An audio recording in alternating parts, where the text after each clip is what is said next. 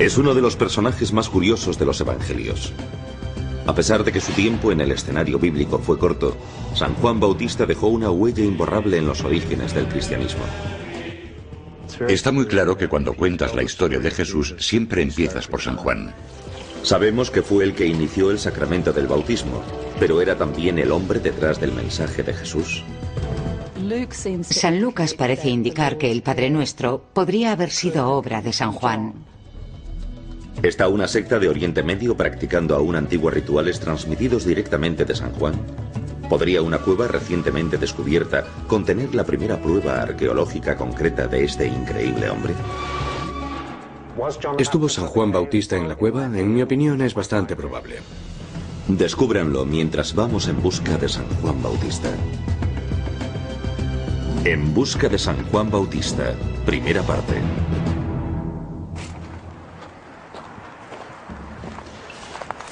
En el invierno de 1999, el arqueólogo Simon Gibson oyó rumores de una extraña cueva de yeso en las montañas al oeste de Jerusalén.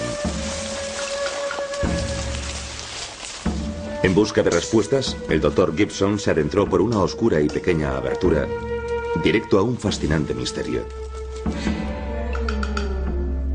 Una cueva llena de extraños grabados.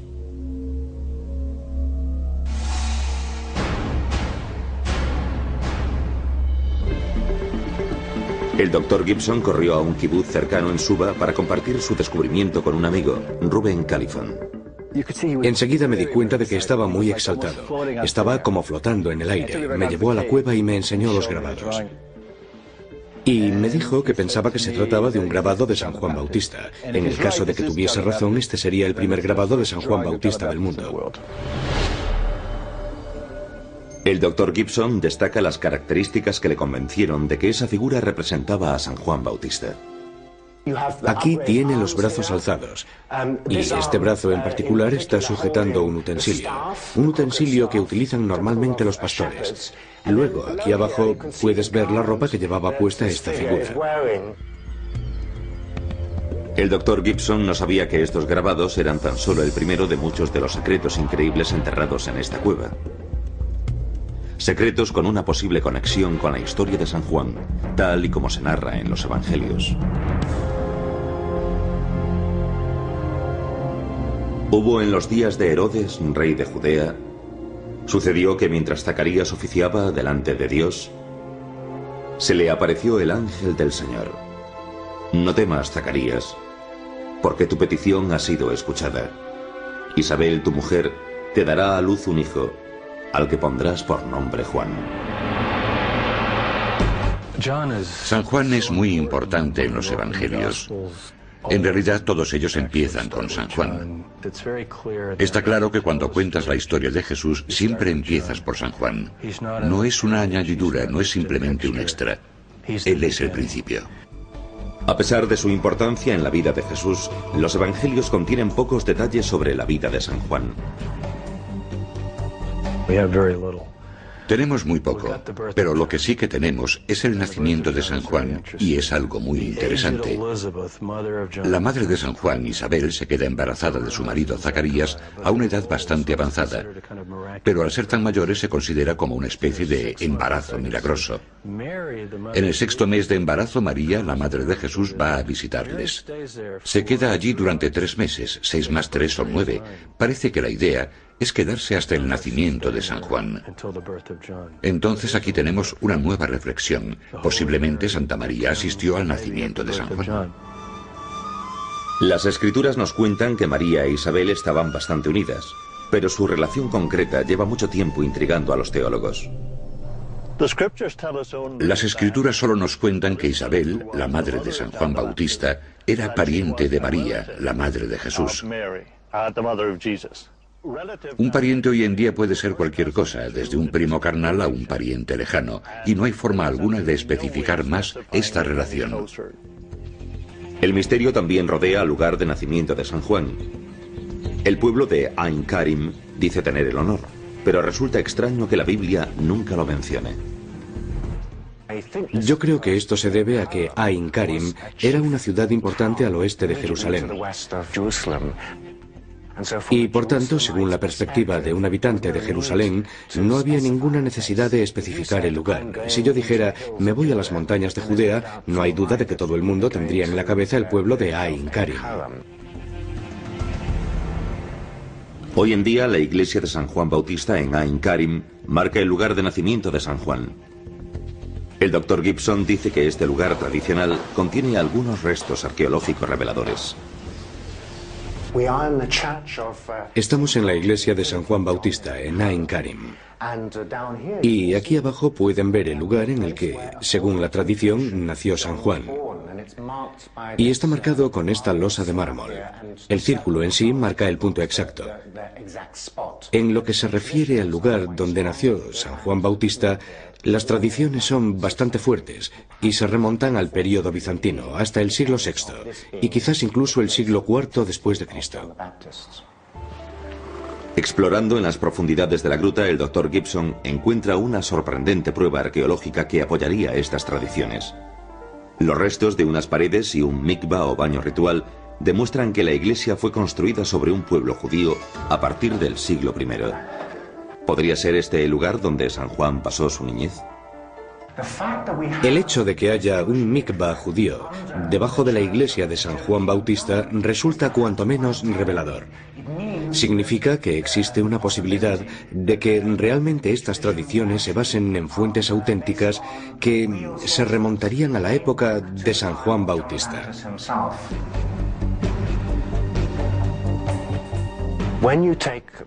Cuando coges las viejas tradiciones que están conectadas con este lugar, que aparecen reflejadas en posteriores fuentes bizantinas y medievales, y las comparas con los restos medievales, te acabas convenciendo de que esta es posiblemente la ciudad donde nació San Juan Bautista.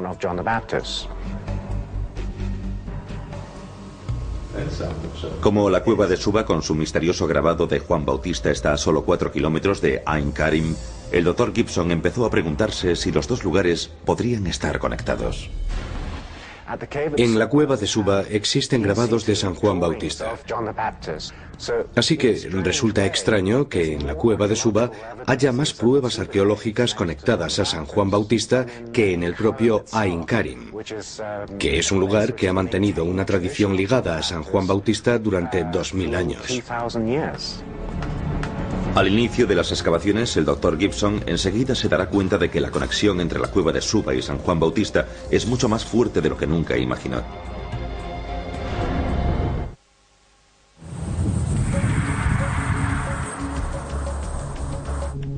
Marzo de 2000. El Dr. James Tabor, profesor de religión, y un grupo de sus estudiantes de la Universidad de Carolina del Norte llegaron a Israel para unirse a Simon Gibson en las excavaciones de la cueva de Suba. Su objetivo, determinar quién realizó estos misteriosos grabados de San Juan Bautista en las paredes y por qué. Todo el mundo estaba entusiasmado. ¿Qué nos encontraremos ahí abajo? Ni siquiera sabíamos hasta dónde íbamos a bajar. Tuve que parar un momento, ordenar mis ideas y orientarme un poco para darme cuenta de lo que iba a suceder allí, de lo que íbamos a descubrir y qué conexión tendría con San Juan Bautista. Ya que solo disponían de la ayuda de los estudiantes durante una semana, el equipo concentró sus excavaciones en dos pequeñas zanjas con el fin de poder analizar rápidamente la datación de la cueva. Enseguida llegamos al período de las cruzadas, lo que nos animó mucho, claro. Y al segundo o tercer día de excavación todo el mundo estaba muy nervioso. Sentían que hacían arqueología, porque si no parece que está solo moviendo tierra. Con cada cubo de tierra que sacaban, el grupo descubría más secretos de la cueva y su relación con San Juan Bautista. Por aquellos días, aparece Juan el Bautista clamando en el desierto de Judea: convertíos, porque ha llegado el reino de los cielos. Tenía Juan su vestido hecho de pelo de camello, con un cinturón de cuero en su cintura. Su comida eran langostas y miel silvestre. San Juan Bautista es un hombre adulto que vive solo en el desierto cuando aparece por primera vez en 3 de los evangelios cristianos. La mayoría de las representaciones de San Juan muestran al profeta con pelo largo y barba, Pero en realidad los evangelios no dicen nada sobre su aspecto. ¿Cómo se ganó el profeta la reputación de desaliñado? Si vivía en plena naturaleza, probablemente tendría una pinta bastante desaliñada. No podía ir al barbero para que le hiciese un buen corte de pelo. Así que yo creo que la impresión que te llevas es que San Juan tenía la pinta que tendría cualquiera en esa época. Y la gente hablaba de él como si fuera un nazir. Un nazir era una persona que por lealtad a Dios juraba no cortarse el pelo o la barba. Así que si tenía aspecto de nazir, tendría que tener el pelo muy largo y barba. ¿Y qué pasa con la dieta espartana de San Juan Bautista? ¿Era algo puramente simbólico o literalmente se alimentaba de miel e insectos? Según las tradiciones alimenticias de los judíos, el consumo de insectos está permitido, así que no habría ningún problema en que San Juan Bautista comiese langostas.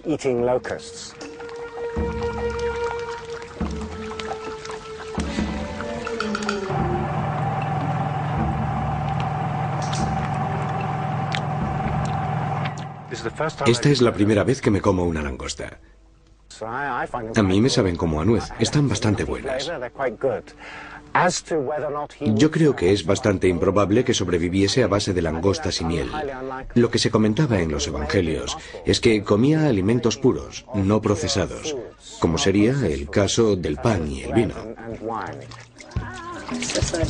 Los teólogos llevan mucho tiempo discutiendo en qué consistía exactamente la dieta de San Juan.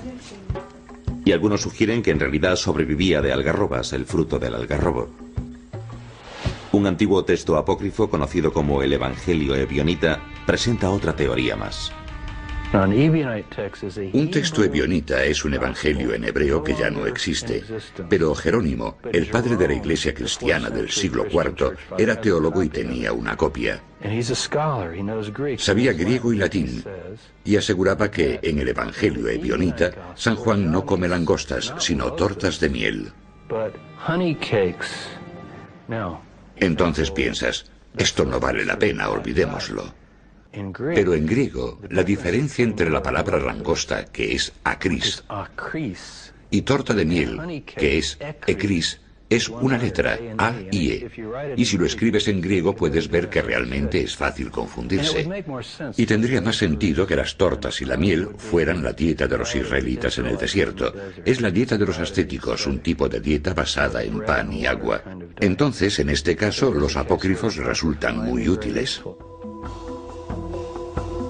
Descendiendo la carretera de la recién descubierta cueva de Suba a menos de 2 kilómetros, se encuentra el monasterio de San Juan en Ain al-Abis. Dentro del monasterio hay una austera cueva que tradicionalmente se decía que había sido el lugar en el que vivió San Juan durante su estancia en el desierto. Sin embargo, el Dr. Gibson cuestiona la verdad de esta afirmación. No hay ninguna prueba arqueológica que nos pueda indicar con exactitud un período u otro. Detrás de mí está este altar moderno que contiene la cama tradicional de San Juan Bautista. Ahora, en lo que se refiere a restos arqueológicos, como arqueólogo, cuando entro en esta cueva no veo nada que esté específicamente unido a San Juan Bautista. La arqueología no te puede decir quién vivió en una cueva a menos que tengas pruebas como, por ejemplo, el descubrimiento de unos huesos y tengas una base comparativa para poder realizar un análisis de ADN. Pero definitivamente eso no va a aparecer. Las fuentes escritas que describen Ain al-Abis solo datan del período de las cruzadas, 1100 años después de la época de San Juan, perjudicando aún más su posible autenticidad. ¿Hay algún resto arqueológico en Ain al-Abis anterior al período de las cruzadas? No. ¿Hay alguna prueba de que la cueva de San Juan Bautista esté relacionada con él en Ain al-Abis? No. Ninguna inscripción, nada. Solo una cueva con una ventana y una puerta. Pero si la cueva de San Juan no estaba en Ain al-Abis, ¿dónde podría estar el verdadero lugar? A partir de la cerámica encontrada en los primeros días de excavaciones en la cueva de Suba, el Dr. Gibson llegó a la conclusión de que fue abandonada en el siglo XI o XII, poco tiempo después de que el lugar de Ain al-Abis empezase a ser venerado. Y se empezó a preguntar si las tradiciones mantenidas hoy en día en Ain al-Abis pudieron haberse originado en la cueva de Suba. Si es así, ¿por qué se movieron de sitio? Yo creo que tiene algo que ver con la llegada de las cruzadas en el siglo XII, porque los cruzados eran unos auténticos asesinos. No solo cayeron en sus manos musulmanes y judíos, sino también cristianos de la zona. Y debido a que este no era un sitio oficial cristiano de adoración, yo creo que lo que ocurrió es que los cristianos de la zona simplemente huyeron. Cuando llegaron a la escena los cruzados, sabían que por esa zona estaba la cueva de San Juan Bautista, pero no tenían claro dónde estaba exactamente. Aparentemente no lograron encontrarla, y por ello eligieron una cueva que estaba en un valle cercano, en un lugar llamado Ain al-Abis. Y allí la tradición de la cueva de San Juan Bautista y la vida salvaje de San Juan se mantuvo desde el siglo XII hasta el día de hoy.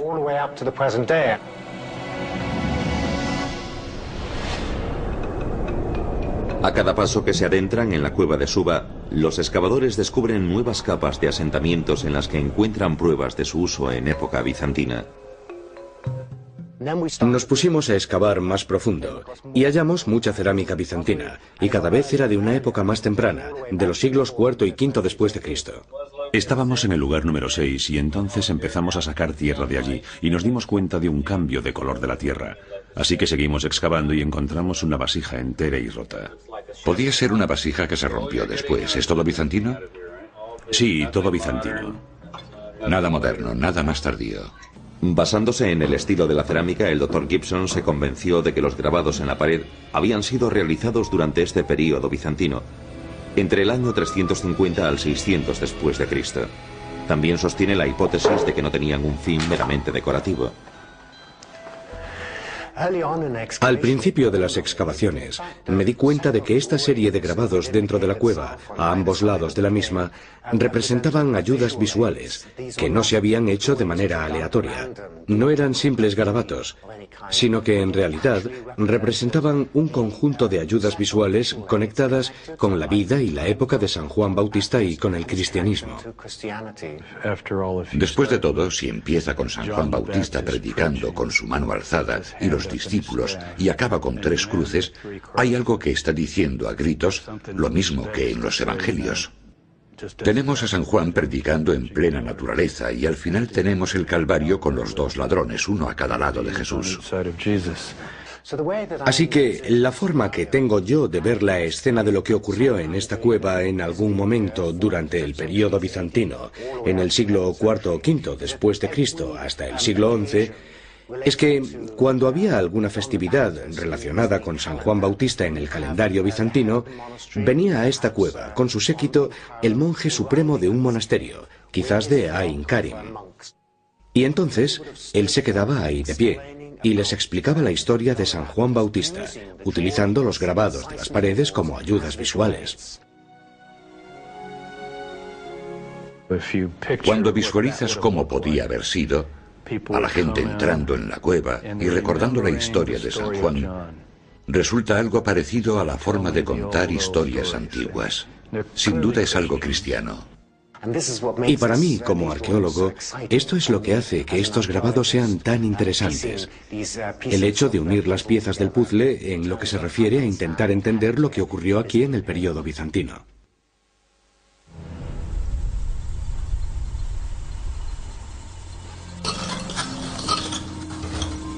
Durante las vacaciones de primavera del año 2000, los estudiantes de arqueología de la Universidad de Carolina del Norte en Charlotte redoblaron sus esfuerzos para llegar hasta el suelo de la cueva de Suba y determinar qué conexión tenía con San Juan Bautista. Es como ir pelando las capas de una cebolla, y cuanto más te adentras, más retrocedes en la historia y por tanto realmente es como una especie de máquina del tiempo, donde cuanto más retrocedas, más cerca estarás de la historia de San Juan Bautista. Y es algo emocionante. Te dan todo el rato escalofríos por el cuerpo.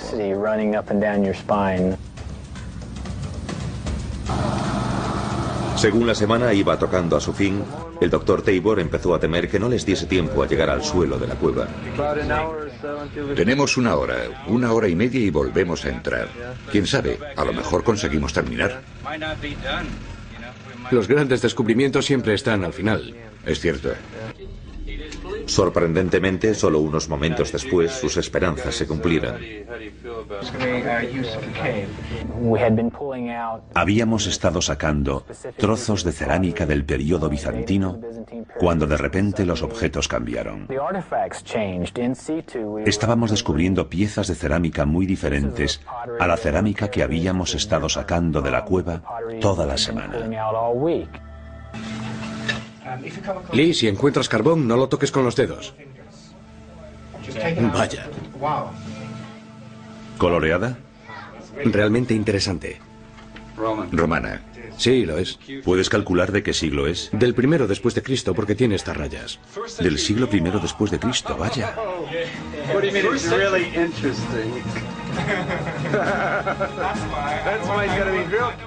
Simón estaba entusiasmado. Estaba como en plan, ¿de dónde has sacado eso? ¿Cómo lo has hecho? Pero entonces miró en el cubo, porque la cerámica la recogemos en cubos de plástico a los que les ponemos etiquetas y todo eso, y empezó a sacar objetos de principios de la época romana. Llevaba 1 hora o así extrayendo fragmentos. Y de repente allí estaba. Habíamos llegado al siglo I.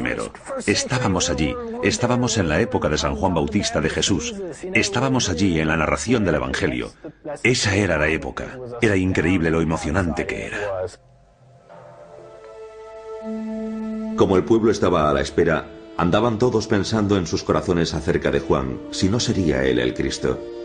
Respondió Juan a todos diciendo: Yo os bautizo con agua, pero viene el que es más poderoso que yo, de quien no soy digno de desatar la correa de su calzado.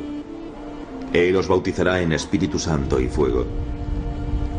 En su mano tiene el bieldo para limpiar su era y recoger el trigo de su granero, pero la paja la quemará con fuego que no se apaga. Los evangelios retratan a San Juan como un poeta apocalíptico, exhortando a la gente a prepararse para la llegada inminente del Mesías judío.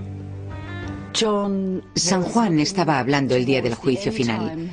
Pensaba que ese día llegaría muy pronto y pedía a la gente que se arrepintiera y que demostrase su arrepentimiento con buenas obras. Yo creo que San Juan se veía a sí mismo como lo predijo el profeta Elías en el libro de Malaquías. Se veía a sí mismo como la persona que proclama el camino de Dios, como vemos en Isaías 40, pidiendo a la gente que se arrepienta de sus pecados. El Nuevo Testamento asegura que el Mesías que San Juan esperaba era Jesús, pero algunos teólogos del Evangelio creen que esto es simplificarlo demasiado. San Juan sí que habló de que iba a llegar alguien más poderoso que él. No creo en absoluto que estuviese pensando en Jesús. Quizás pensaba en el Mesías. En cualquier caso, se trataba de una figura que tenía mucho más poder que él. Como vivió en el desierto de Judea y proclamó su mensaje apocalíptico, algunos expertos sugieren que San Juan pudo haber formado parte de una misteriosa secta esenia, los autores de los manuscritos del Mar Muerto.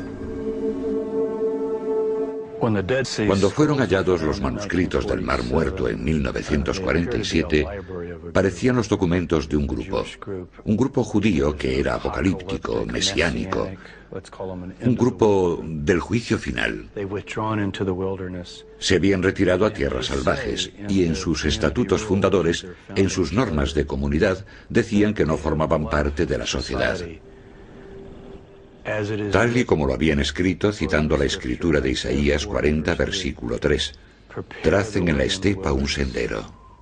Así que parece más que una coincidencia que nuestros evangelios también empiecen con un escenario parecido, un lugar muy cercano al de los manuscritos de Qumran, también invitando a los fieles a arrepentirse.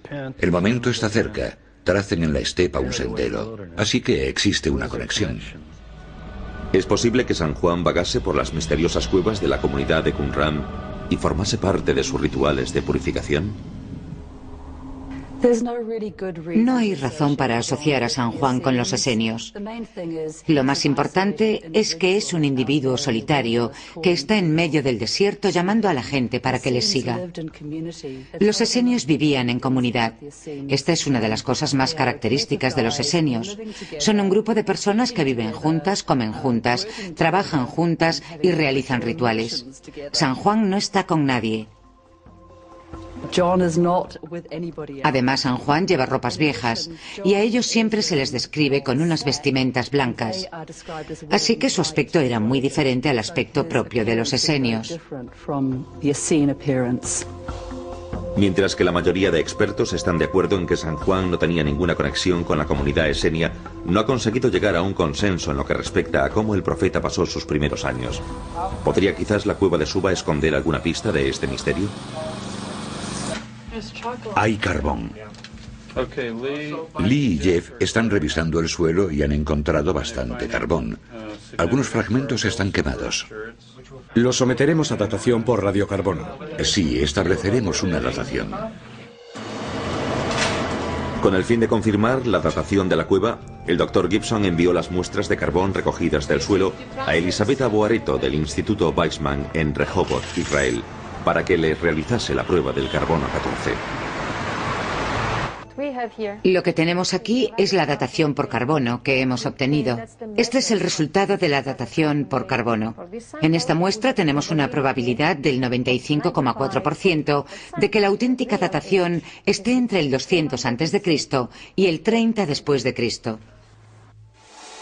Las pruebas de la doctora Boareto confirmaron que la cueva fue usada durante el período en el que vivió Jesús y San Juan. ¿Pero para qué fin?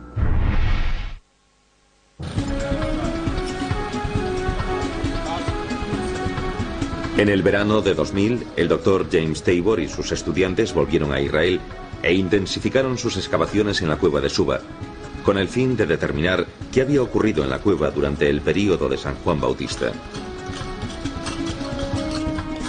Las excavaciones inmediatamente produjeron resultados.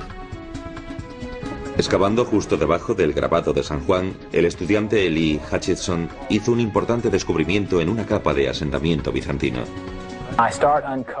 Poco a poco empecé a encontrar trozos de carbón negro mezclado con la tierra de la cueva. Y me di cuenta de que lo que había encontrado era un hornillo que contenía un montón de material de carbón. Aunque parezca extraño, el hornillo no contenía ningún hueso u otro resto de alimento, lo que indicaba que no había sido utilizada para cocinar. Esto está a solo unos centímetros de la pared, justo debajo de la figura de San Juan. Tiene que haber sido algo ceremonial, no tiene ninguna utilidad práctica. Y por tanto indica que era un lugar de adoración para rituales. Fue un gran descubrimiento.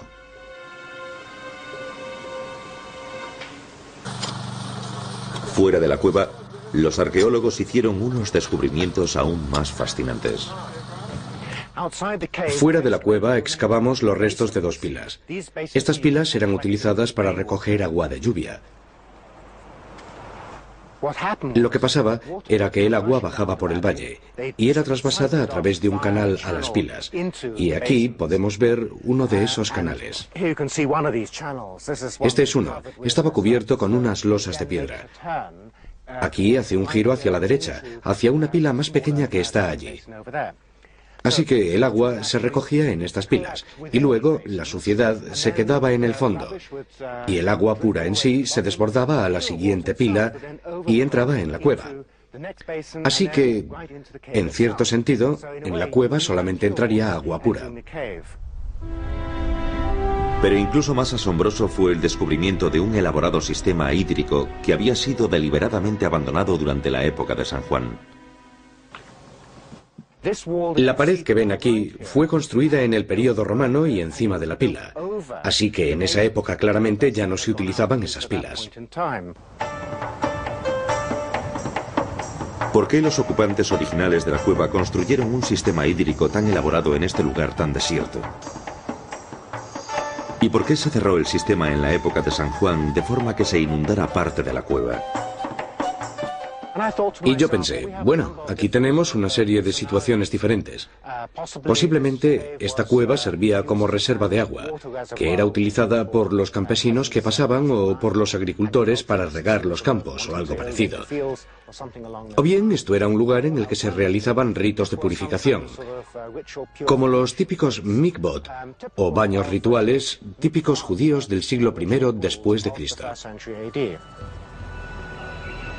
En el Israel del siglo I, lavarse en los baños rituales conocidos como mikvot era una práctica muy común entre los fieles judíos. Seguramente antes de entrar en el monte del templo se tomó un baño ritual en un mikvah. Y ahora estamos justo al lado de uno de los muchos mikvot de Jerusalén encontrados en excavaciones.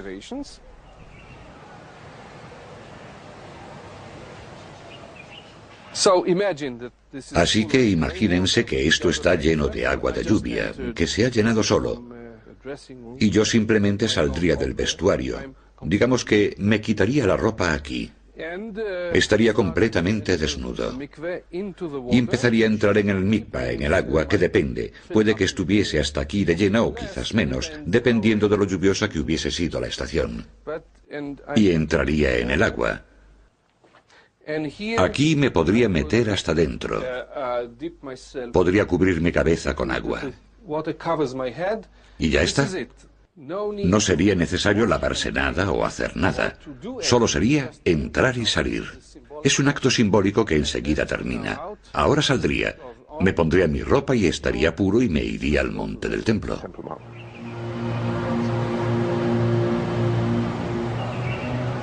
Tras este tradicional ritual de purificación, apareció San Juan proclamando la necesidad de un nuevo tipo de bautismo.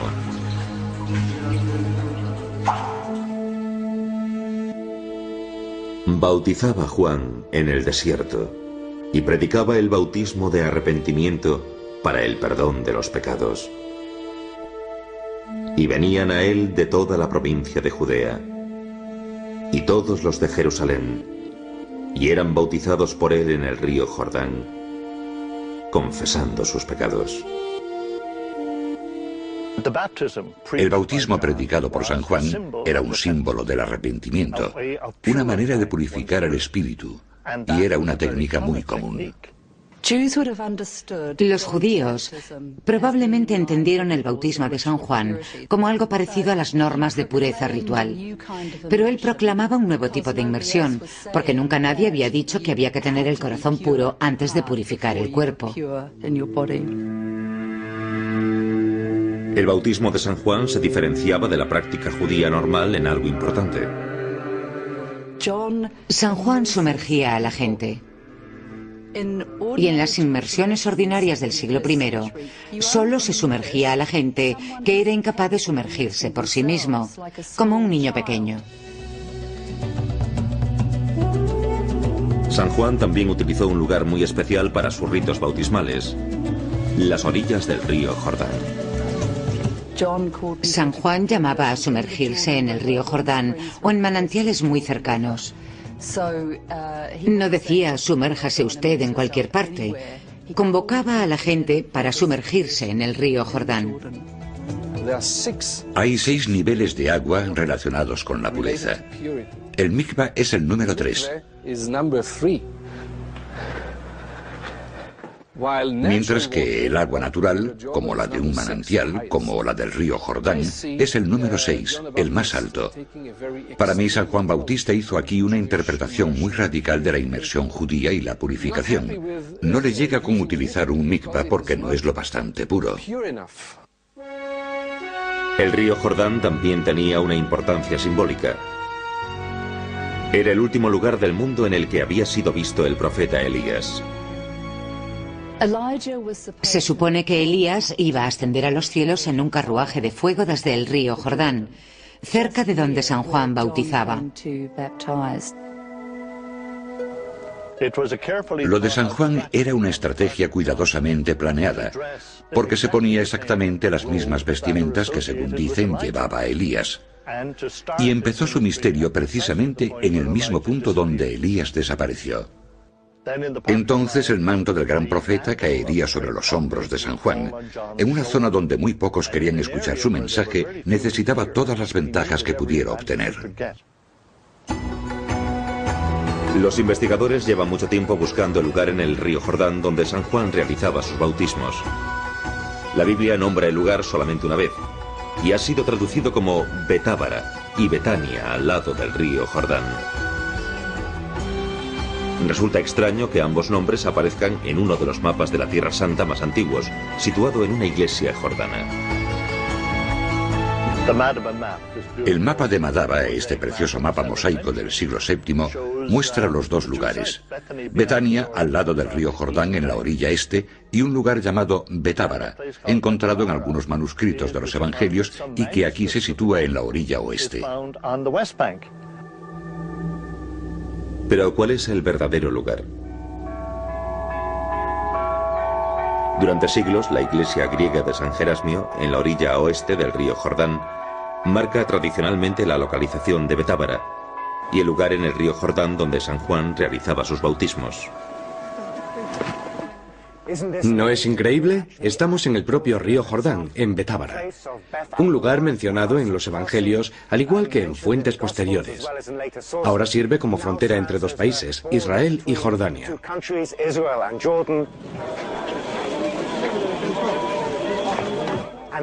Y una vez al año, aquí se llevan a cabo las celebraciones de la Epifanía y acuden un montón de personas.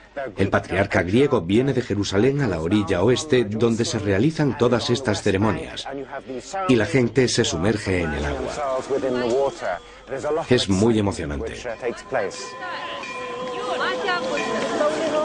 Sin embargo, el padre Murphy O'Connor cree que el Betábara tradicional posiblemente no sea el lugar donde San Juan bautizaba. Las pocas pistas que en los Evangelios indican el lugar donde San Juan bautizaba dicen que era un valle del río Jordán, accesible para la gente que venía de Jerusalén y que estaba fuera del territorio controlado por los romanos. Y lo único que coincide con todo esto es la orilla este del río Jordán. En 1996, el arqueólogo jordano Mohamed Wahib inició las primeras excavaciones de la orilla este del río Jordán, en una zona conocida como Wadi Qarar.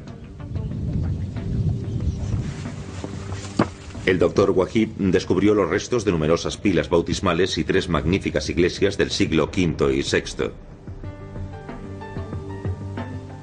Enseguida se convenció de que había descubierto la verdadera localización de Betania, al lado del río Jordán. Estamos en la tercera iglesia, la última y la más grande cerca del río, en Betania, junto al Jordán. Así que aquí tenemos el altar de la iglesia y el suelo de mosaico, que son los restos de la destrucción. El suelo de la tercera iglesia aún está aquí. Y en este suelo de mosaico hay diseños geométricos. El doctor Wahib cree que esta iglesia tan ornamentada fue construida para marcar el punto exacto donde San Juan realizó sus bautismos. Y ahí tenemos una escalera que conectaba con esta iglesia y conducía al lugar donde dicen que estuvo San Juan Bautista con Jesucristo. Y en la fachada de la pared norte descubrimos más de 1000 marcas de la cruz. Todas estas marcas son pruebas. Los cristianos querían conmemorar el momento de su bautismo y grabaron estas cruces en la pared. En las montañas que la rodean, el doctor Wahib descubrió numerosas ermitas en cuevas excavadas en roca blanda. Para su sorpresa, dentro de una de ellas se hallaban los restos de una capilla bizantina. ¿Por qué esta cueva? ¿Por qué eligieron este lugar, esta cueva, en vez de otros lugares? Porque pensaban que esta era la cueva en la que había vivido San Juan Bautista. Así que los bizantinos, los cristianos, llegaron y eligieron esta cueva y construyeron una iglesia en ella. Junto a esta cueva, el doctor Wahib hizo el descubrimiento más asombroso y polémico de todos. Al excavar este pequeño pozo de aquí encontramos un cráneo. ¿Por qué habían enterrado aquí un cráneo sin su cuerpo? La respuesta está en el Evangelio de San Marcos en el capítulo 6, cuando San Juan Bautista es decapitado. Así que posiblemente este sea el cráneo de San Juan Bautista. A pesar de que el doctor Wahib retiró sus polémicas afirmaciones sobre el cráneo, mantenía que había descubierto el verdadero lugar donde San Juan realizó los bautismos de su misterio. Estoy totalmente convencido de que este es el lugar verdadero. No es porque sea jordano y necesite que el lugar esté aquí, a mi lado. No, pero aquí realmente hemos encontrado pistas que indican que su verdadera localización es en la orilla este. Alentados por los fascinantes descubrimientos del Dr. Wahib, en la primavera y el verano de 2001, los arqueólogos extrajeron más sorpresas de la cueva de Suba. Tuvimos a varios estudiantes trabajando en la parte delantera, lo que nosotros llamamos el porche, antes de entrar en lo que es la cueva. Y uno de los estudiantes, una mujer que se llama Kathleen, estaba realizando excavaciones en la parte delantera y se encontró la esquina de un escalón de yeso. Y donde hay un escalón, normalmente le siguen más escalones. Y cuando vimos que los escalones llevaban hasta una puerta, empezaron a surgir un montón de teorías sobre la verdadera utilidad de la cueva. Dentro de la cueva, en las capas de asentamiento de la época de San Juan, los arqueólogos encontraron unos objetos incluso más asombrosos. Hemos descubierto lo que hemos llamado una instalación. Cada vez que los arqueólogos encuentran algo que no entienden, lo llaman una instalación. Lo que encontramos en la superficie eran unas instalaciones muy extrañas. Eran círculos de piedra casi como los de un yacimiento prehistórico. Tienes un círculo de piedras aquí y dentro de él había toda una serie de fragmentos. Cosas que claramente no tenían nada que ver con actividades agrícolas.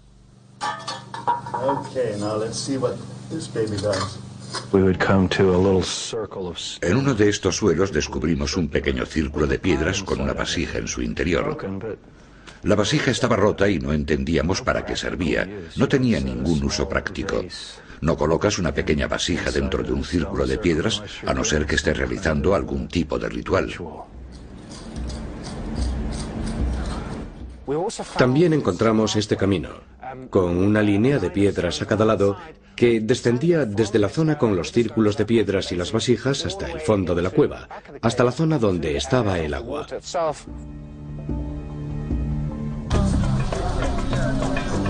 La temporada de excavaciones de 2001 tocaba a su fin, y el equipo estaba cada vez más convencido de que la cueva de Suba había sido utilizada para algún tipo de ritual con agua en la época de San Juan.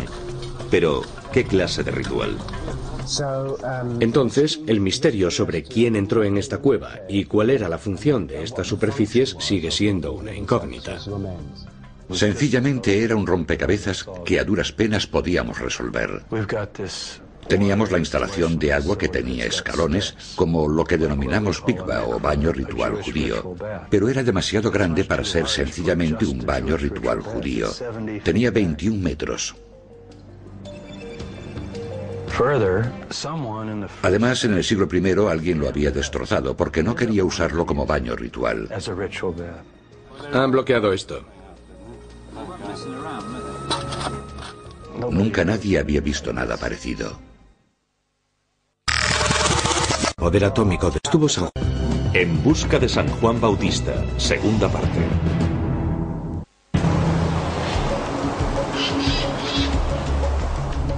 En el yacimiento arqueológico de la recientemente descubierta cueva de Suba, el año 2002 empezó con unas sorprendentes noticias. Un análisis de más de 100.000 fragmentos de cerámica romana encontrados en el lugar revelaron que un porcentaje muy grande provenían de exactamente el mismo tipo de vasija. Una pequeña jarra con un asa. Yo calculé que en cada metro cuadrado de tierra habría unas 43 jarras. ¿Pueden imaginarse la increíble cantidad de jarras que había en esta cueva? Jamás había visto nada parecido en ninguna parte.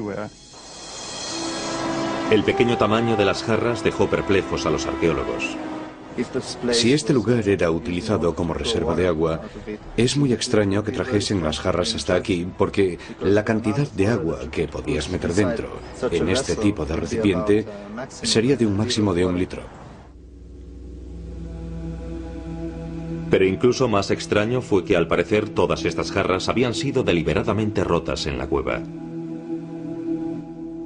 Cuando empezamos a examinar la superficie del suelo, nos dimos cuenta de que los fragmentos estaban bastante esparcidos, lo que claramente indicaba que las jarras de cerámica habían sido rotas in situ, en ese mismo lugar. Pero ¿por qué rompieron la cerámica? La única cosa que se nos ha ocurrido es que fuera utilizada con fines sagrados, porque entonces no querrían llevarse la cerámica a casa y usarla para algo ordinario y profano.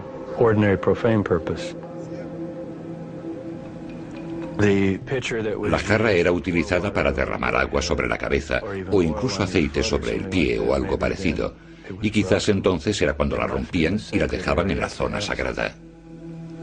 Los arqueólogos estaban cada vez más convencidos de que durante la época de San Juan Bautista, la cueva había sido utilizada para algún tipo de ritual sagrado de bautismo. No podían evitar preguntarse, ¿serían estos rituales llevados a cabo por el propio San Juan o quizás incluso por Jesucristo?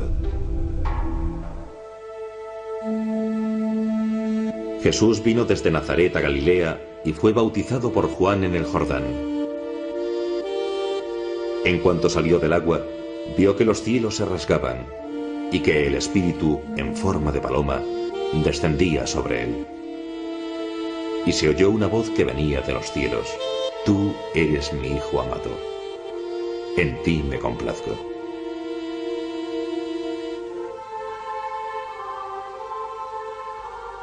De todas las historias contadas en los Evangelios, el bautismo de Jesús se considera una de las más precisas. Y por una razón muy extraña. Recuerden que era un bautismo para el perdón de los pecados. Por tanto, aceptando el bautismo, Jesús estaba presentándose como alguien que necesitaba ser perdonado. Al fin y al cabo, Jesús es el Hijo de Dios y no es un pecador. ¿Por qué iría a que San Juan lo bautizara? ¿Para que mediante ese bautismo se le perdonaran sus pecados? Pensar en el Salvador como un pecador era algo que ningún teólogo cristiano se hubiese atrevido a inventar.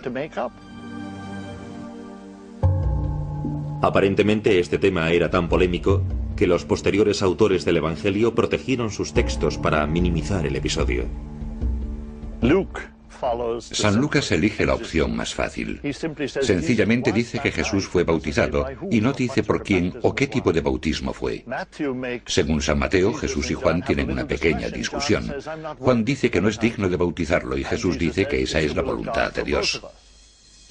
Una preocupación de los escritores del Evangelio era que Jesús debía ser superior a San Juan Bautista. En las narrativas del bautismo, vemos que en muchos casos hay un gran interés en establecer el lugar de Juan. Jesús es la estrella de la historia, no Juan. El padre Murphy O'Connor cree que el mismo proceso puede verse en los pasajes posteriores del Evangelio, que muestran a Jesús embarcándose en una misión solitaria justo después de su bautismo.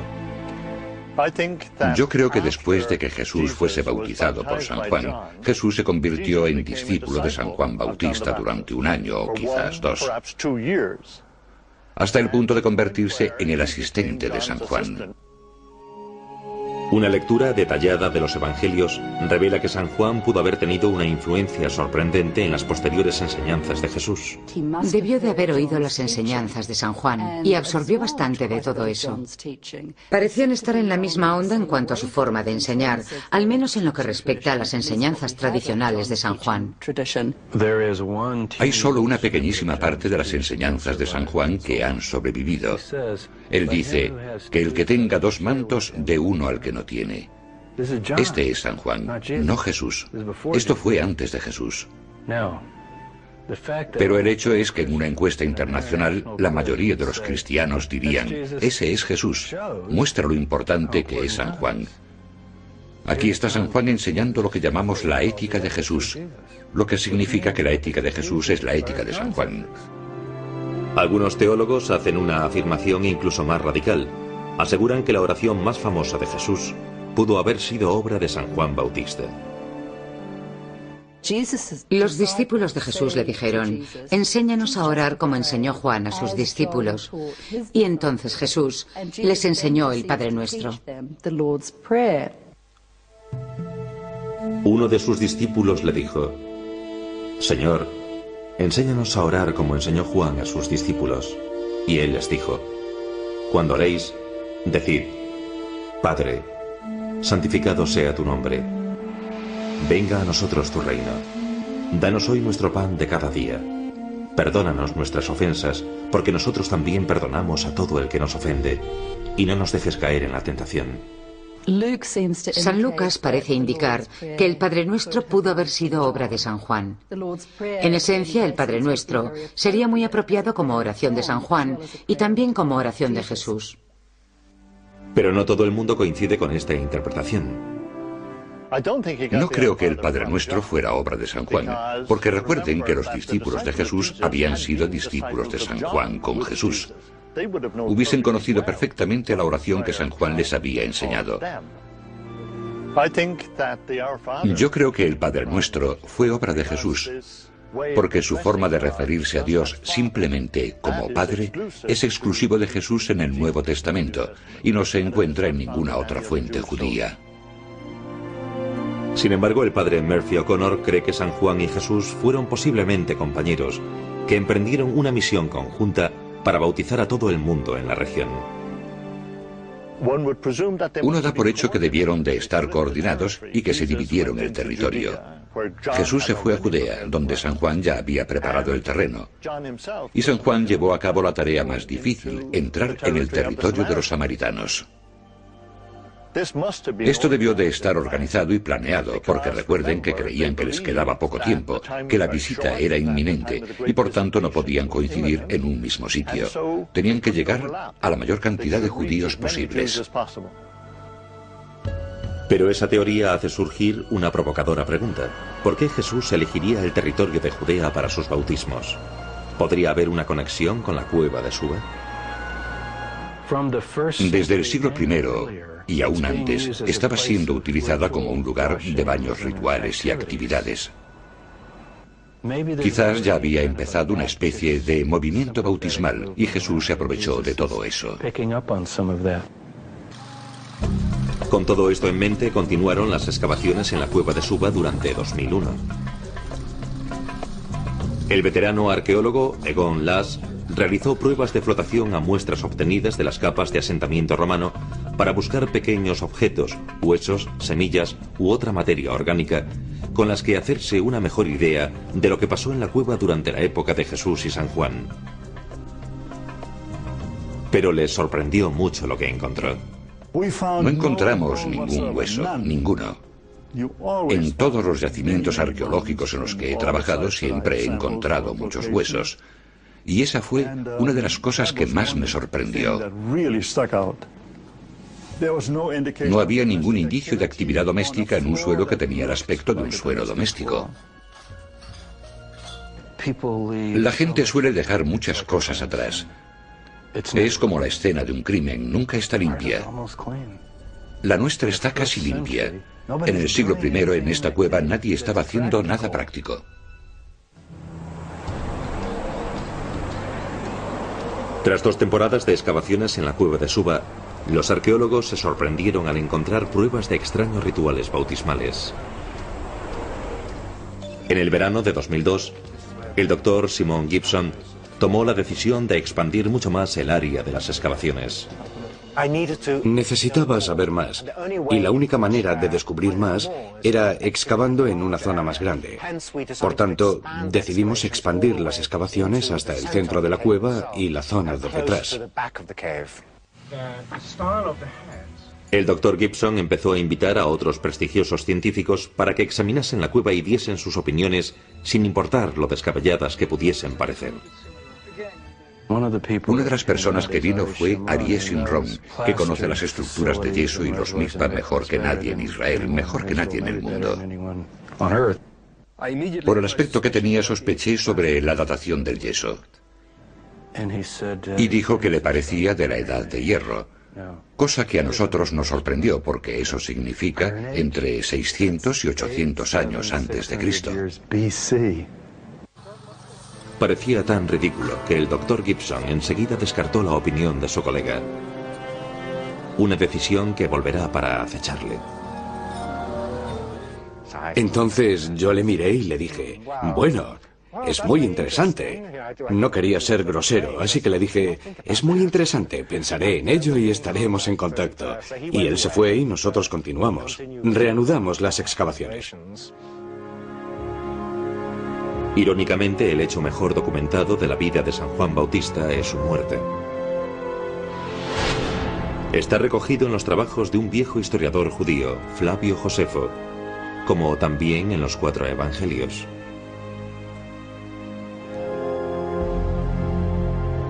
Herodes había prendido a Juan, le había encadenado y puesto en la cárcel por causa de Herodías, la mujer de su hermano Filipo. Porque Juan le decía, no te es lícito tenerla. Y aunque Herodes quería matarle, temió a la gente, porque le tenían por profeta. Según el Levítico, un hombre no puede casarse con la exmujer de su hermano si éste aún vive. Y eso fue lo que hizo Herodes Antipas. Esta unión era considerada impura y el castigo era muy duro. Así que San Juan atacó a Herodes Antipas por infringir la ley bíblica en este aspecto. Su misterio consistía en decir la verdad, y él lo hacía incluso aunque eso supusiera arriesgar su vida. Y cuando criticó el matrimonio del rey estaba proclamando la ley divina. Todas las fuentes concuerdan en que Herodes Antipas ejecutó a Juan, pero difieren mucho en los detalles. Los relatos más dramáticos describen a la nuera de Herodes, Salomé, realizando un baile, con el que logra cautivar tanto al rey que éste le jura darle todo lo que ella desee. Bajo petición de su madre, Salomé le ruega que ejecute a San Juan Bautista y que le entregue su cabeza en bandeja de plata. Según los evangelios, la muerte de San Juan es bastante dramática. Yo la veo más propia de un cuento popular que de un hecho histórico. Hay varios elementos de la historia que hacen referencia al libro de Esther. Por ejemplo, el rey Artajerjes promete darle a Esther todo lo que quiera, incluso la mitad de su reino, que es exactamente lo que Herodes Antipas le dice a la hija de Herodías en la historia de San Marcos. Así que hay varias cosas que te hacen pensar que probablemente no sea tan histórico como pensamos. La doctora Taylor cree que la verdad sobre la muerte de San Juan posiblemente se acerque más al relato contado por Flavio Josefo. Según Josefo, San Juan no acusó de nada a Herodes Antipas. Antipas simplemente estaba paranoico y decidió librarse de Juan antes de que le causase problemas. Fue un golpe preventivo. Sabía que San Juan estaba reuniendo a una gran cantidad de gente a orillas del río Jordán y simplemente se auguró problemas.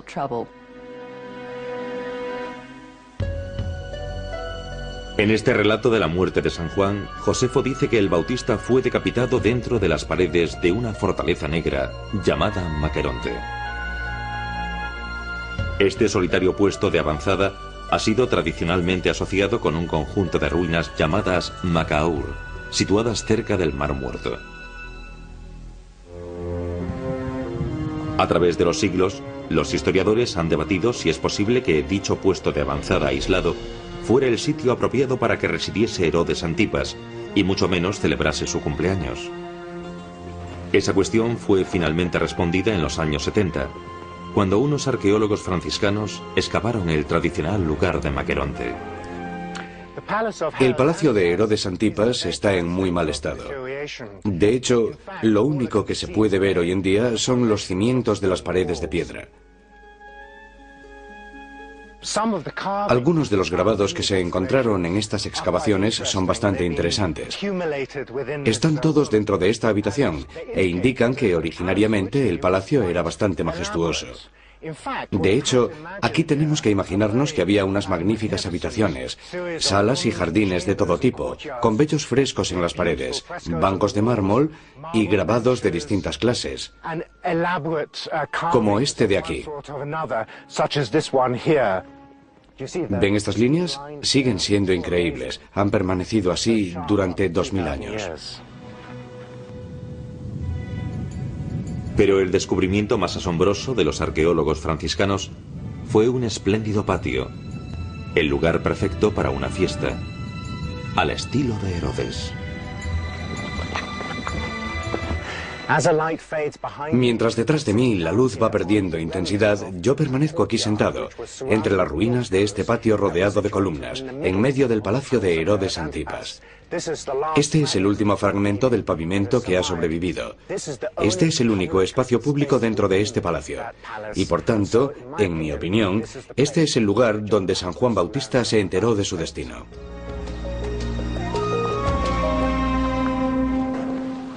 Adentrándose en las profundidades del patio pavimentado, el Dr. Gibson explora otro de los secretos de Maqueronte. Un gran depósito de agua. Un lugar perfecto para ser utilizado como celda o prisión. Bueno, esta es la primera vez que entro en este lugar. Es increíble. Está situado justo debajo del patio central del palacio de Herodes Antipas. Pero, ¿cuál es el significado de esta reserva, de este depósito de agua? Bueno, en aquellos días los depósitos, especialmente los depósitos vacíos, eran utilizados como prisiones. Así que es posible que este depósito, o uno muy parecido a este en las proximidades del propio palacio, fuera utilizado para encerrar a San Juan Bautista.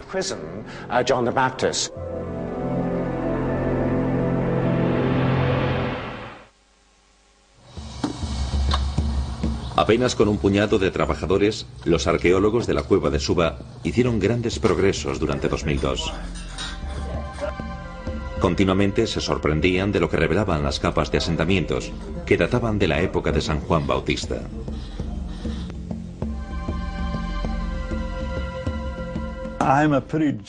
Después de más de 50 excavaciones, estoy bastante harto de ver siempre lo mismo. Pero tengo que admitir que lo que más me atrajo de esta cueva, lo que la hace única, y lo que realmente me sorprendió muchísimo, fue una piedra con la marca de un pie. Esa fue la cosa más asombrosa que encontramos. Lo que parece que hacían es que se ponían dándole la espalda a la pared y metían el pie derecho dentro de esta cavidad. Entonces echaban un líquido, supongo que aceite, dentro de esta cavidad con el que cubrían el pie. Definitivamente parece algún tipo de rito ceremonial. ¿Que si he visto algo parecido en cualquier otro lugar? No. Así que esta piedra con la huella de un pie es como un unicornio. No hay nada parecido en Israel que yo sepa. El Dr. Gibson estaba particularmente intrigado con la piedra, ya que las enseñanzas judías del siglo I prohibían la representación de cualquier parte del cuerpo humano, incluido el pie.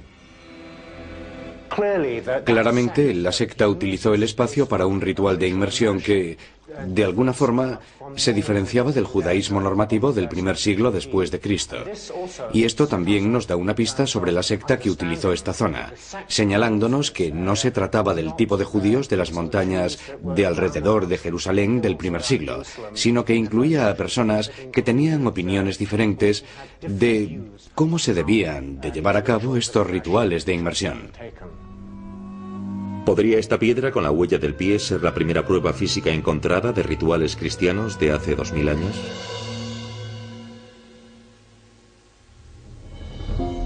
En el antiguo Israel, la unción con aceite era una ceremonia sagrada reservada a los reyes y a la preparación de los muertos para su entierro. Después de su ejecución, las escrituras cuentan que el cuerpo de San Juan Bautista fue recogido por sus discípulos y preparado para ser enterrado en secreto. Existe un misterio alrededor del lugar donde fue enterrado San Juan Bautista. En cierto sentido, debió de ser enterrado o cerca de su ciudad natal, en este caso Ain Karim, o en el lugar donde fue asesinado, en este caso Maqueronte, donde fue decapitado por Herodes Antipas.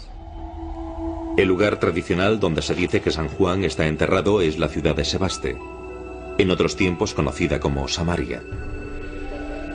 Identificada por primera vez en el siglo IV después de Cristo, las autoridades religiosas consagraron la tumba dentro de una ornamentada capilla bizantina.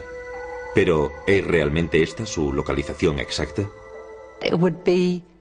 Sería totalmente improbable que hubiese algún judío en Sebaste, porque en el siglo I era una ciudad pagana con algunos samaritanos. Los judíos no vivían en Samaria, en ciudades paganas. Según los evangelios, San Juan Bautista no tenía nada que ver con Samaria o Sebaste. Por tanto, tiene que haber alguna razón. Una posibilidad es que los padres de San Juan Bautista, quizás uno de ellos, en concreto Isabel, fuera descendiente de la casa de Aarón. Y quizás la casa de Aarón estaría asociada con Samaria o Sebaste. Entonces cabría la posibilidad de que trajesen el cuerpo de San Juan Bautista de vuelta al lugar de sepultura de la casa de Aarón. Y quizás esta sea la razón por la cual San Juan Bautista fue llevado hasta allí. Si no, este sería un misterio sin resolver. Hoy en día el pueblo de Sebaste es tan poco hospitalario con los judíos como lo era en la época de San Juan. Situado justo en los territorios palestinos ocupados, ahora la tumba de San Juan yace bajo una mezquita musulmana. Decidí que era necesario iniciar un nuevo plan. Así que mi topógrafo, Fadi Amira, atravesó los territorios ocupados en plena intifada, el levantamiento palestino, porque yo no tenía ninguna posibilidad de llegar hasta allí. Y en cierto sentido, él fue mis ojos y mis manos, porque él podía llegar a todos estos lugares y dibujar lo que veía dentro de la tumba, como también hacer fotografías y analizarlo todo como es debido. El Dr. Gibson se sorprendió con lo que revelaron las fotografías. El análisis de la tumba reveló algo muy interesante. Y es que dentro de la tumba tradicional, conocida desde el período bizantino, había pequeños nichos en la pared, donde estarían guardados los osarios de piedra. Estas singulares cajas para guardar huesos, conocidas como osarios, eran una característica propia de los rituales funerarios judíos de la zona de Jerusalén en el siglo I después de Cristo. Los samaritanos no practicaban este tipo de sepultura con osarios. Y como la tumba original claramente contiene osarios en su interior, eso refuerza la posibilidad de que esta tumba fuera utilizada a principios del siglo I después de Cristo, pero también el hecho de que había sido utilizada por una familia de Judea. Pero estas pruebas circunstanciales no son suficientes para convencer a Joan Taylor. El Evangelio dice que el cuerpo de San Juan fue trasladado y enterrado en una tumba. Esta tumba no debía estar muy lejos del lugar de su muerte. Los judíos enterraban sus cuerpos rápidamente, no se los llevaban a sitios muy lejanos. Tenían miedo de que se produjese una rápida descomposición. Los cubrían y los enterraban muy rápido en una tumba. Yo creo que el cuerpo de San Juan probablemente fue enterrado cerca de Maqueronte por sus discípulos. ¿Y qué ocurrió con esos discípulos? Los evangelios cuentan que los seguidores de San Juan pasaron a ser lo de Jesús. ¿Pero fue esto realmente lo que pasó? La mayoría de los cristianos no son conscientes de cuándo San Juan sale de la escena en los evangelios, porque sus discípulos no se mueren y desaparecen. Ellos siguen, continúan. Aparecen mucho después, en la época de Pablo, en los años 50 después de Cristo, en Asia Menor, en Éfeso. Aparecen seguidores de San Juan que ni siquiera aceptan a Jesús. Y San Lucas dice: les conocimos y les enseñamos la verdad y fueron bautizados en el nombre de Jesús y se convirtieron en cristianos. Pero solo el hecho de que estén ahí, eso significa que 20 años después de la muerte de Jesús, había seguidores de San Juan que estaban operando de manera independiente. Sorprendentemente, algunos teólogos creen que siguen operando hoy en día. Una secta religiosa secreta conocida como los Mandeos continúa en el presente practicando antiguos ritos en Irán e Irak. Y se asegura que provienen directamente de San Juan Bautista. Hay seguidores de San Juan Bautista que nunca, jamás siguieron a Jesús. De hecho, ven a Jesús como un discípulo de San Juan que le dejó solo.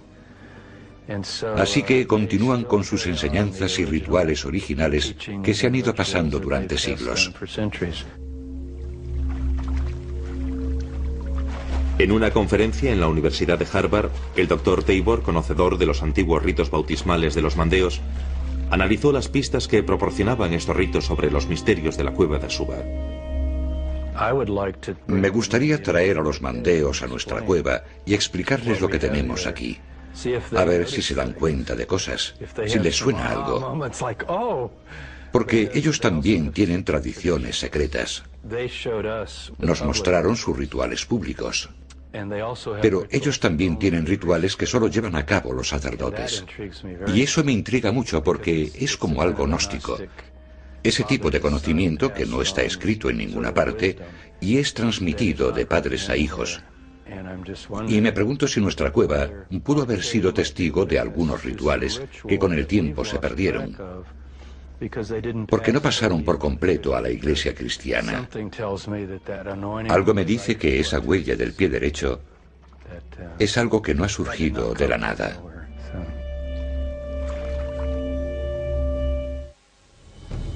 Para finales de 2002, el equipo del Dr. Gibson estaba acercándose al lecho de roca de la cueva de Suba, indicando que estaban llegando a los primeros niveles de asentamiento.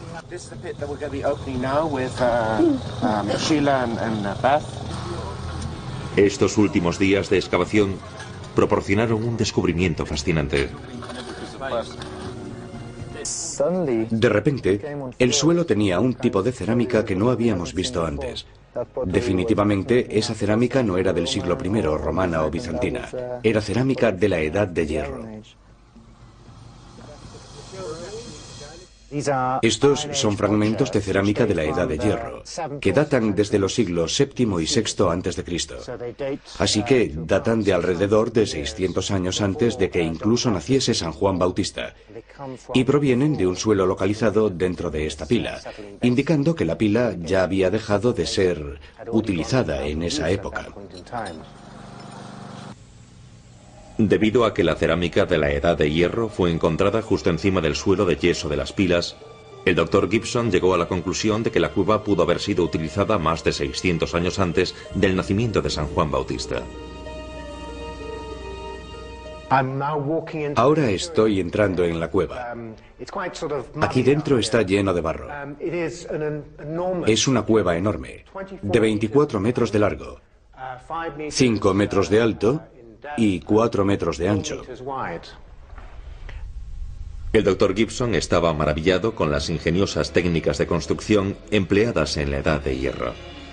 Como la roca se había dividido de manera natural en grietas, igual que las capas de una tarta, los antiguos arquitectos claramente extrajeron la parte central de roca para formar una cueva gigante. Simplemente dejaron la parte superior de la roca como techo y la parte inferior como suelo y tallaron el interior. Por tanto, las únicas marcas de cincel que tenemos están en estas paredes de los lados. Las paredes de los lados, como pueden ver, están ahora cubiertas con esta gruesa capa de yeso que fue traída como cal viva y quemada en la parte exterior de la cueva, luego llevada dentro de la cueva, mezclada con agua y utilizada para cubrir las paredes. La idea era que el yeso permitiese que la cueva fuese impermeable, de manera que el agua no se acumulara en la cueva y fuese cayendo entre las grietas. Percatándose de las explosivas implicaciones que supondría datar dicha estructura monumental en la Edad de Hierro, el Dr. Gibson recurrió a pruebas detalladas independientes para corroborar su descubrimiento. Avergonzado, volvió a contactar con el Dr. Aryeh Shimron, cuya datación inicial de la cueva en la Edad de Hierro había rechazado meses antes. En una serie de zonas el yeso estaba recubierto con piedra variable. La piedra variable es una especie de estalactita que no cuelga del techo, sino que fluye por las paredes. Es importante datar la cobertura de yeso y piedra variable, porque lo que está debajo de la piedra variable tiene que ser más antiguo que la propia piedra variable. Así que cogí una muestra del yeso y también las primeras muestras de piedra variable para que fueran datadas por la doctora Matthews. La doctora Mira Matthews del Instituto Geológico de Israel realizó pruebas de uranio torio en las muestras de yeso y piedra variable de las paredes de la cueva. Realizó 2 tandas de muestras. Y yo creo que la datación estaba muy cerca de lo que yo predije. Digamos que la base del yeso estaba alrededor del siglo VII u VIII antes de Cristo, algo que me encantó. Los descubrimientos confirmaron la teoría del Dr. Shimron. Fui corriendo hasta donde estaba mi mujer gritando, ¡es de la edad de hierro! Pensó que me había vuelto loco, pero para mí fue algo increíble. Con la excavación a punto de finalizar, el Dr. Gibson tenía que intentar darle sentido a todas las pruebas que había encontrado en la cueva. La pared expuesta proporcionó un vívido recuerdo de la excavación y todo lo que había descubierto en los 3 años de duro trabajo. This is the back and see where we are. So it's looking good.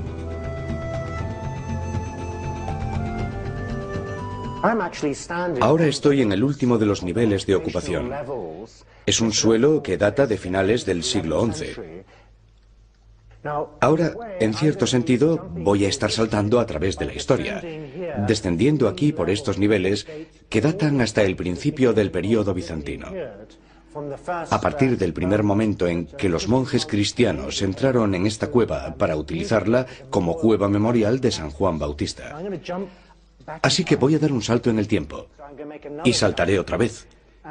Y aquí ya he pasado desde mediados del siglo II al siglo I después de Cristo, hasta llegar al suelo donde estoy ahora, a la época del propio San Juan Bautista. En estos suelos hallamos todas estas estructuras circulares, la piedra con la huella de un pie, así como vasijas de cerámica que parecían haber sido rotas aquí mismo. Y lo interesante es que en un periodo de 150 años estas actividades se mantienen. No es como si en la época de San Juan Bautista tuvieses todo este tipo de estructuras para rituales y unos 50 años después la gente estuviera haciendo algo totalmente diferente en esta cueva. Es siempre lo mismo. Siempre hacen lo mismo dentro de esta cueva. Desde finales del siglo I antes de Cristo hasta llegar a mediados del siglo II después de Cristo.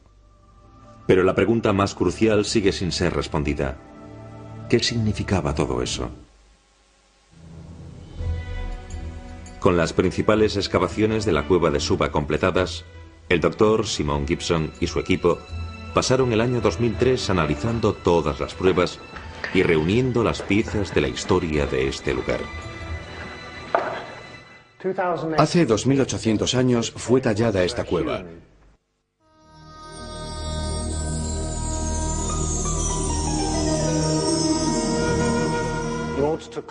Para conservar el agua dentro de la cueva, aplicaron yeso en las paredes.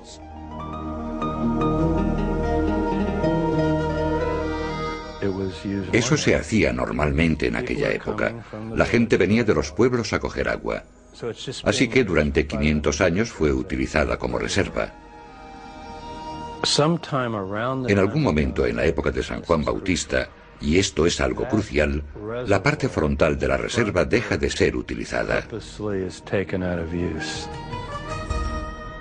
Es decir, si alguien quiere entrar a coger agua, tiene que ir a la parte de atrás, porque la parte frontal se mantiene seca. La gente entraba en la cueva y realizaba rituales en la parte delantera de la misma, formando una congregación, antes de sumergirse en el agua en la parte de atrás de la cueva. En el período bizantino, hacia el 400 o 500 después de Cristo, se realizan los grabados en las paredes. Si eso no hubiera ocurrido, yo no creo que hubiésemos podido relacionar esta cueva con San Juan Bautista. Parece que en cada cambio de estación, alguien está entrando en la cueva y quedándose durante cortos periodos de ayuno, meditación y oración. Quizás se les iniciara de alguna forma en el bautismo como en Semana Santa. Y entonces comenzó el período turco y moderno de las cruzadas. Y no sabemos si la gente aún estaba entrando en la cueva, porque en esa época tendrían que agacharse así para entrar en la cueva. Después y hasta el período de las cruzadas, supongo que simplemente se fueron reduciendo las visitas.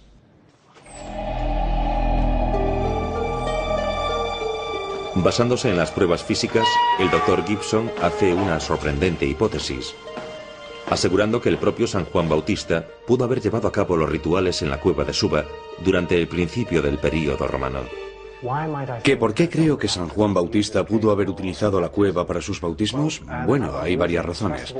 La primera de todas es que, evidentemente, esta era una cueva utilizada por los monjes en el período bizantino para conmemorar a San Juan Bautista. ¿Por qué eligieron esta cueva? Bueno, yo creo que la eligieron por una vieja tradición, que se extendió hasta el período romano. Y lo que encuentro más fascinante es que hasta donde los arqueólogos excavaron, bajo el suelo bizantino más temprano, pudimos llegar a esos niveles romanos. ¿Y quién iba a decirme a mí que me encontraría con pruebas de rituales llevados a cabo en la parte delantera de la cueva? Estructuras, círculos de piedras, ruptura de vasijas, la huella de un pie y luego la posterior inmersión en el agua en la parte trasera de la cueva. Realmente yo me lo imagino como algo muy cercano a la descripción que tenemos en los evangelios de San Juan bautizando en el río Jordán. Entonces, ¿estuvo San Juan Bautista en esta cueva? En mi opinión, es bastante probable. Como es normal, esta sugerencia no está exenta de polémica. No hay ninguna prueba de que San Juan Bautista realizase bautismos en la cueva cerca de Suba. Yo dudaría mucho antes de situar a San Juan Bautista en esa zona realizando los bautismos. Porque en los evangelios dice que San Juan apareció en Israel por primera vez en el río Jordán. Llamaba a la gente a que acudiese al río Jordán. No dicen nada sobre una especie de misión bautismal temprana en las montañas de Judea. Es una idea atractiva, aunque imposible. No tenemos bastante información sobre la actividad de San Juan Bautista, pero lo que sí que tenemos es que él bautizó a gente en el río Jordán, no en un mikvot. Por eso no podemos establecer una conexión entre San Juan Bautista y la cueva.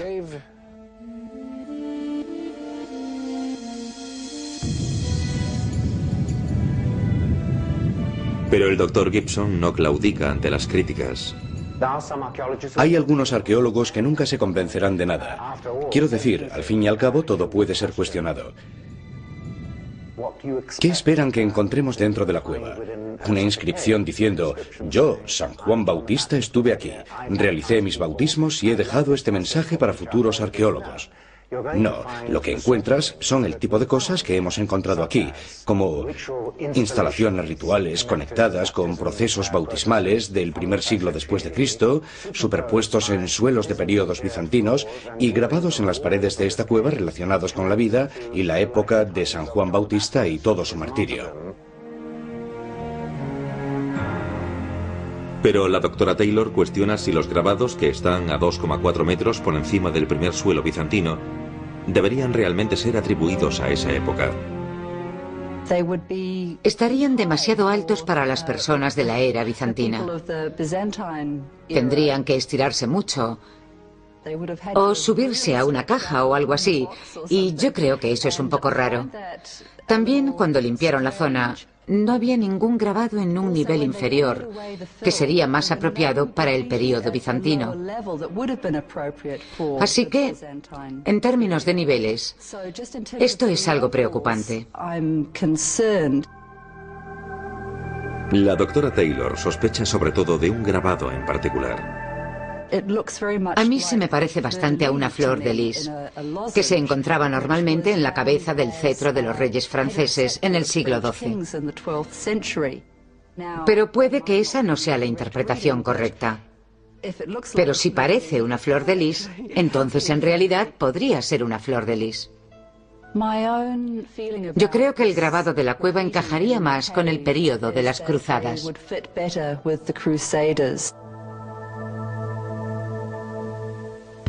Otros expertos cuestionan la singularidad de la cueva de Suba. ¿Realmente se diferencia de los típicos baños rituales judíos del siglo I? La cueva de Suba tiene las características de un mikvah. Incluso en este sentido tiene escaleras para entrar. Así que originariamente esto podía haber sido hecho o construido como un mikvah o utilizado como tal. Quiero decir, no tiene que tener la etiqueta de un mikvah. Tómese un baño, cumple todos los requisitos. Aquellos que excavaron la cueva no están de acuerdo con esto. He trabajado en innumerables cuevas. No recuerdo cuántas exactamente. He excavado muchísimos mikvot y nunca he visto nada parecido a esta cueva. Llegas a ella y lo primero que ves es una monumental escalera que lleva a una entrada. Entonces, si allí hubiese una pared, es decir, a 3 metros de la entrada hubiese una pared, estaría bien. Todo estaría bien. Para mí sería el típico mikvah. Pero 3 metros después de la escalera no hay ninguna pared. La pared está a 24 metros en el interior de la cueva. Y eso es completamente alucinante, porque la entrada es la de un mikvah, pero este mikvah no se acaba nunca, es simplemente increíble.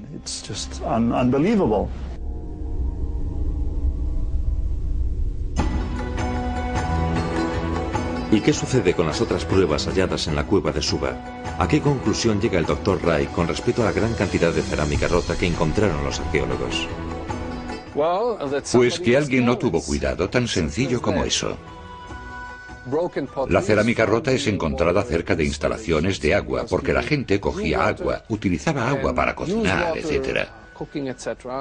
Y de vez en cuando las cosas se rompen. Y la cerámica es algo muy barato. Nadie se molesta ni siquiera en recogerla, se queda ahí. ¿Y qué ocurre con la piedra con forma de pie? Bien, allí hay una piedra, tiene una cavidad. Pero necesitas bastante imaginación para dar la explicación que da el arqueólogo Shimon Gibson. Yo ahí no veo un pie, no veo la huella. Yo veo simplemente una piedra, y alrededor hay muchas más piedras con cavidades que podría enseñar. Las críticas no consiguen convencer a Egon Lash de sus propias interpretaciones. Si cualquier crítico saliese con una teoría que juntase todos los fenómenos en esta cueva en su totalidad, de la forma que lo hemos hecho nosotros, yo sería el primero en apoyarle, e iría en contra de mis compañeros si pensase que se trataba de una teoría mejor. Pero esto no ha ocurrido.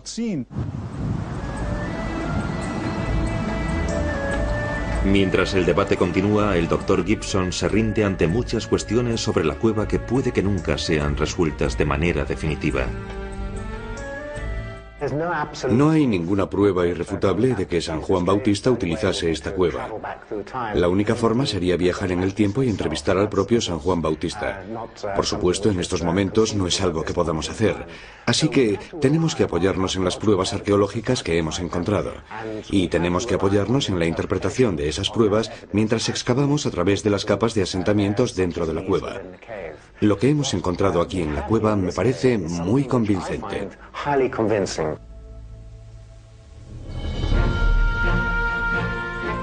No importa la relevancia que finalmente la historia le otorgue a la cueva de Suba.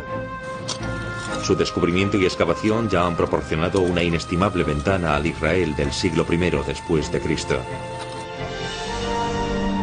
Quizás, cuando se complete el descubrimiento, la cueva de Suba arroje más luz en la enigmática vida de San Juan Bautista y las primeras raíces del cristianismo.